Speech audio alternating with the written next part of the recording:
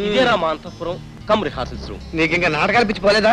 ఒరే పిచ్చివాడా, వెర్రివాడా, అమాయకుడా. పాపు దండకం చదవకు, నువ్వు ఇంకా నాటకాలు మానలేదన్నమాట. ఒరే, జీవితంలో ఒకసారి మొహానికి రంగేసుకున్నవాడు, గ్లాసులో బ్రాందీ పోసినవాడు జీవితాంతం వాటిని మానలేడు.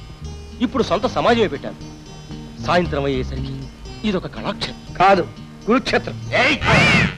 నాటకాలంటే అభిమానం లేని నిన్ను ఏం చేసినా పాపం లేదు. ఇక్కడ నా ఈ నటరాజ కళామందిరంలో కళాదూషణ గావించితివేని. వీడిని దుర్యోధన ఆహ్వానించినట్టున్నాడు. రే, నిన్నే నమ్ముకుని వచ్చాను రా. కాబట్టి కళే జీవితం అని నమ్మి వెంటనే వెళ్ళి స్నానం చేసిరా. మిగతా విషయాలు తర్వాత మాట్లాడుతా. అలాగే. ఆహా, అదన్నమాట విషయం. ఇంతకీ ఎవరా పిల్లలు, ఏమా కథ?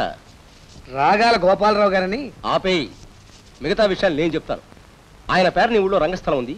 ఆయనకి నాటకాలంటే ప్రాణం. లంకంత కొంప, శ్రీలంకంత పొలం ఉంది. ఆయనకి మగపిల్లలు లేరు, ముగ్గురు ఆడపిల్లలే. అవునా? అబ్బా, ఉడకబెట్టిన వేరుశనకాయ వచ్చినట్టు ఎంత క్లియర్ గా చెప్పావరా? నీకెలా తెలుసురా? నేను ఇక్కడ నట మొక్కని, ఆయన నట వృక్షం. ఆయన 2 రోజులకోసారి అయినా ఇక్కడికి రాక మాండం. వాళ్ళ పిల్లల బట్టలు నేనే కుడతాను. అమ్మాయిలు బాగుంటారా?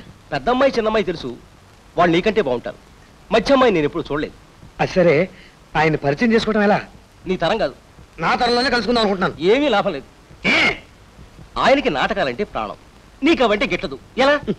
నా ప్రయత్నాన్ని పురిట్లోనే సంధి కొట్టించుకురా. ఒక దారి చూపించు. అయితే దారి చూడు, తెన్ను చూడు. పద్యాలు నేర్చుకోరా పామరా, రాజకుమారి లభిస్తుందిరా. ధైర్యము శాయరా ఢెంబక.